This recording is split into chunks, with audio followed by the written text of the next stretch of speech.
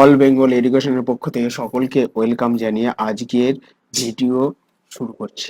আজকে আমরা ভিডিওর মাধ্যমে শিখব যে অনলাইনে কিভাবে বাড়ি, দোকান, ব্যবসা বা অন্যান্য প্রতিষ্ঠানের জন্য কিভাবে নতুন ইলেকট্রিক মিটারে কানেকশনের আবেদন করা যায়। তার জন্য সর্বপ্রথম আমাদের গুগল ড্যাশবারে গিয়ে লিখতে হবে, গুগলে গিয়ে লিখতে হবে যে WBSEDCl.in। এটা লেখার পরে আমাদের সামনে একটা নতুন একটা ইন্টারফেস চলে আসবে। এইরকম একটা ইন্টারফেস চলে আসবে। এইখানে আমরা কি লিখব, অ্যাপ্লিকেশন অপশানে গিয়ে আমরা ক্লিক করব।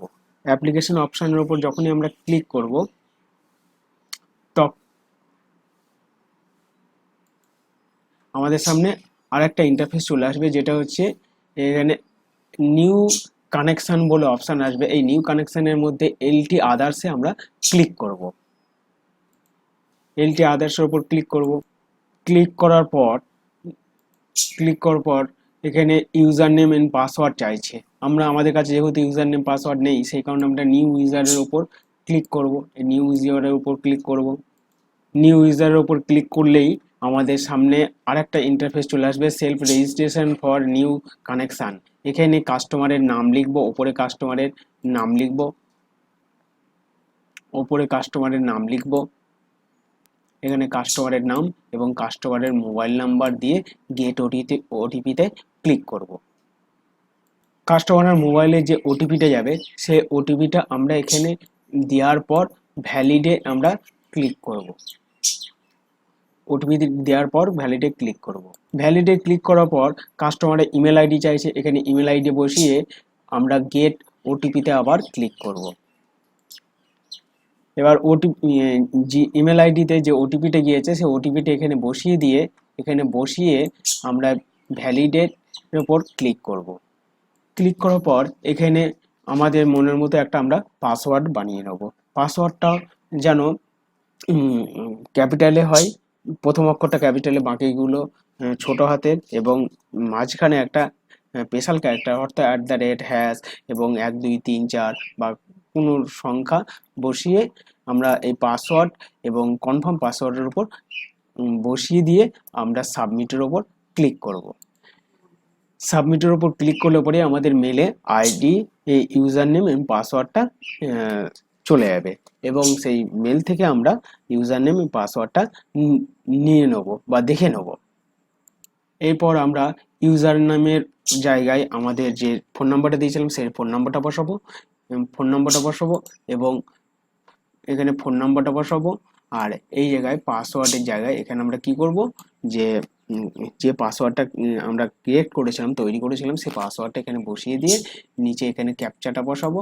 ক্যাপচারটা বসিয়ে আমরা লগইনে ক্লিক করব। তবে এটা যাওয়ার আগে আমি প্রত্যেকের কাছে অনুরোধ করব, আমার ভিডিওটা অবশ্যই প্রত্যেকে লাইক করবে এবং কমেন্ট করবে এবং এই ধরনের লেটেস্ট ভিডিও পাওয়ার জন্য আমার চ্যানেলটাকে সাবস্ক্রাইব করবে।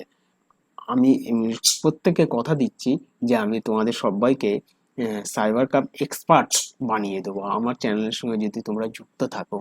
তাহলে কথা না বাড়িয়ে আমি আমার বিষয়টা নিয়ে এগিয়ে যাই। দেখো, আমি ইউজার নেম এবং পাসওয়ার্ডটা দিয়ে বসিয়ে দিয়েছি এবং ক্যাপচাটা বসিয়ে দিয়েছি এবং লগইন অপশানে এবার আমি ক্লিক করলাম। ক্লিক করার সঙ্গে সঙ্গে আমাদের সামনে এরকম একটা নতুন একটা ইন্টারফেস চলে আসলো। সেখানে লেখা আছে online application for LT consumer.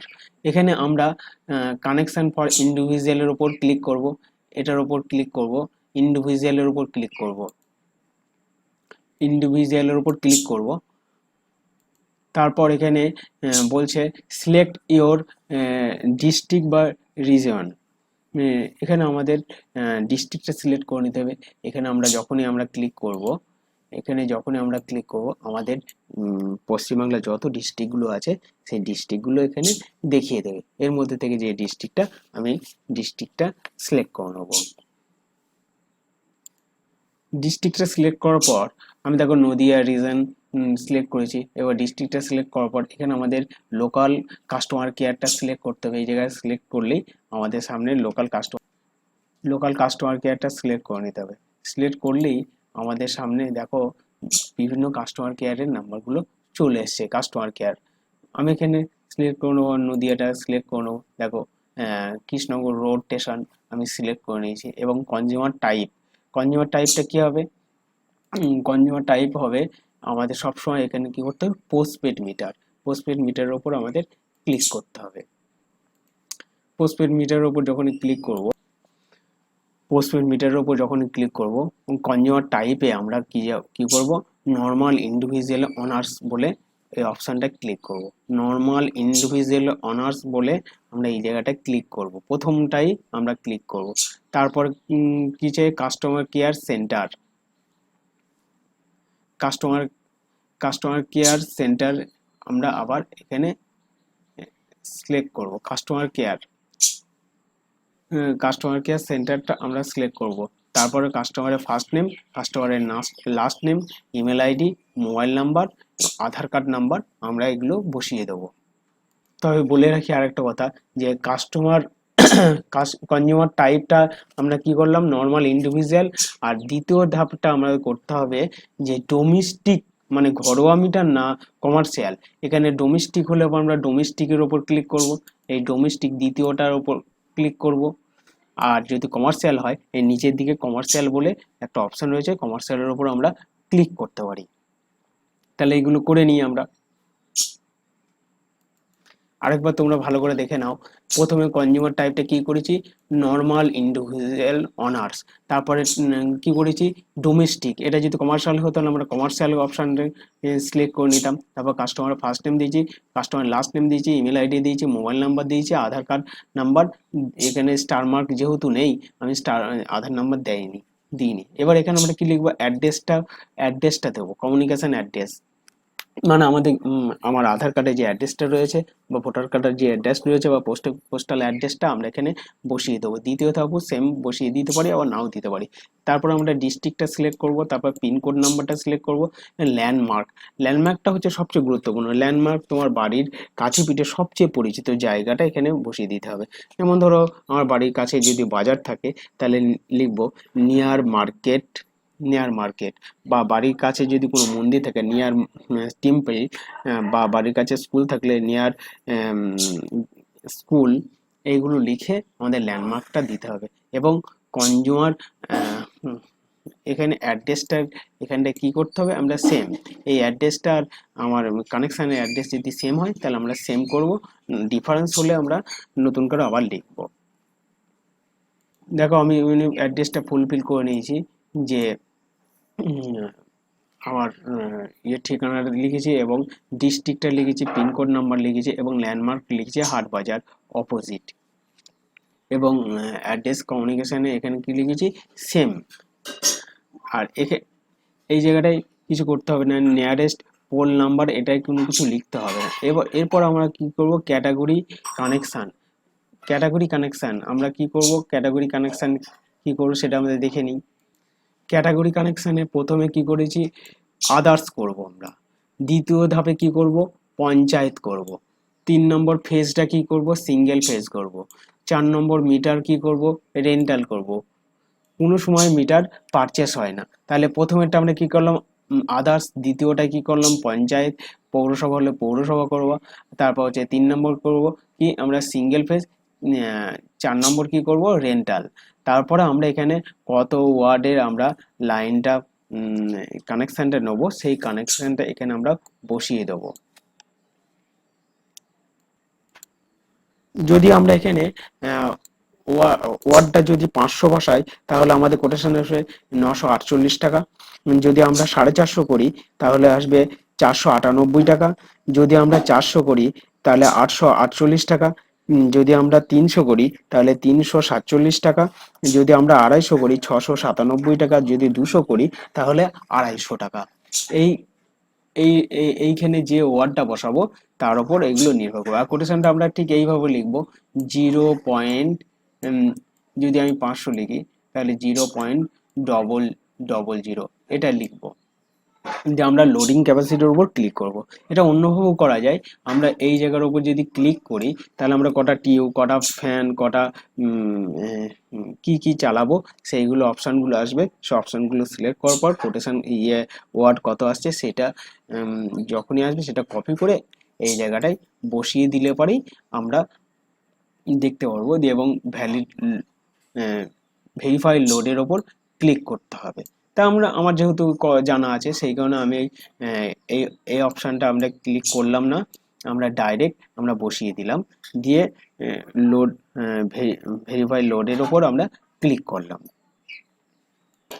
যখনই ভেরিফাই লোডের উপর ক্লিক করব আমাদের এখানে চাইবে do you want upload to documents and photo, মানে তুমি কি এটা ডকুমেন্টস আপলোড করতে চাও।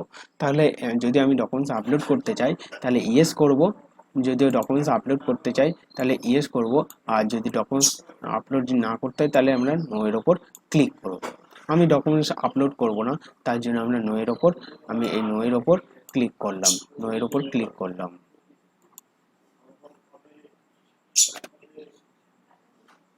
নো এর ওপর ক্লিক করার পরই আমাদের সাবমিট অল ডিটেলসের ওপর ক্লিক করতে হবে, এটার ওপর ক্লিক করতে হবে। এটা ক্লিক করার আগে আবার পুরো ফর্মটা একবার করে চোখ বুলিয়ে নিতে হবে, কারণ একবার ফর্ম ফিল আপ হয়ে গেলে দ্বিতীয়বার এডিট করা যায় না, বা এই ফোন নাম্বারে মোটামুটি 90 দিনের আগে ফর্ম ফিল আপ হয় না, তার জন্য আবার নতুন ফোন নাম্বার লাগে। তাহলে আমরা ফর্মটা দেখে নিই, দেখে নেওয়ার পর আমরা সাবমিটের ওপর ক্লিক করি।